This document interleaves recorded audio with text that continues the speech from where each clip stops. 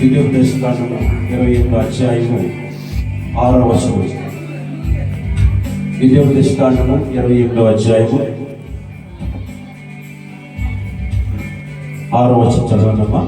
నీవు నీ దేవుడైన యెహోవా మాట 6:8 నీవు లోపలికి వచ్చినప్పుడు దీవించబడదువు, వెలుపలికి వెళ్ళినప్పుడు దీవించబడదువు. ఆమేన్.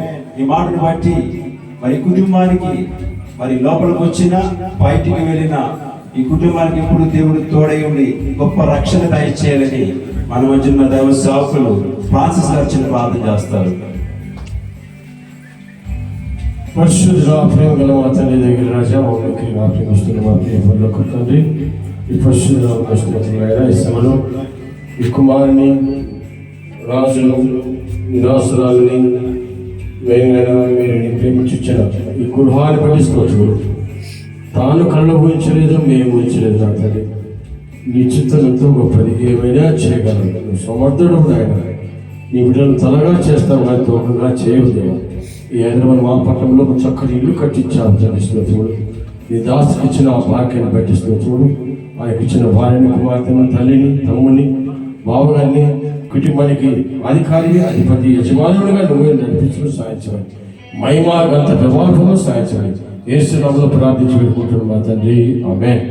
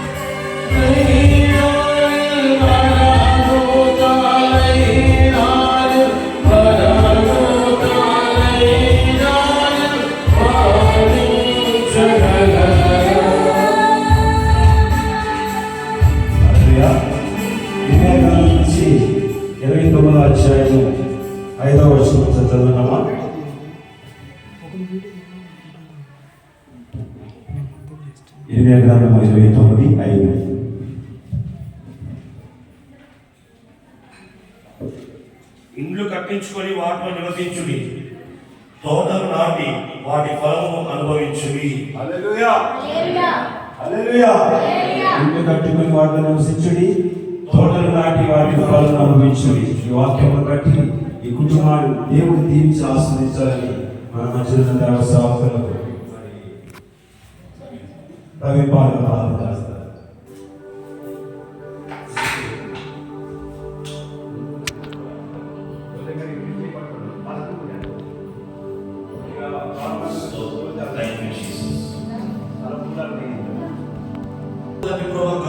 ఉత్సాహంగా నివసించుగాక. ఉత్తర దక్షిణ బలమైన ఆశీర్వాద దీవెనలు మీరు కుటుంబపై గృహంపై దిగులుగాక. యోబు చేతి ప్రభువును ఎలాగైతే ఆశీర్వదించి సమస్తమును ఆశీర్వాదకరంగా మార్చావు, రాజుగారిని ప్రభు భార్యని పిల్లలు కూడా వాళ్ళ చేతులు వాళ్ళ కష్టాన్ని ప్రభు ఇంటిని సమస్తమును ఆశీర్వదించి ఆశీర్వాదకరంగా మార్చండి. ఆదికాండం 12 ప్రకారంగా ఆశీర్వాదకరంగా ఉండుగాక. అబ్రహామును దీవించిన దేవా, ఈ మధ్య ఆసమైన కుటుంబాన్ని కూడా దీవించుకొని దీవెనకరంగా మార్చమని, ఇంకనూ అనేక రకాలుగా విస్తరింపజేయమని, కృప క్షేమము దయచేయమని, కృపలో భద్రపరచుకోమని అయ్యా నీ చేతులు అప్పగించు. యేసు నామములో చిన్నాను తండ్రి. ఆమేన్. హల్లెలూయా. Hallelujah.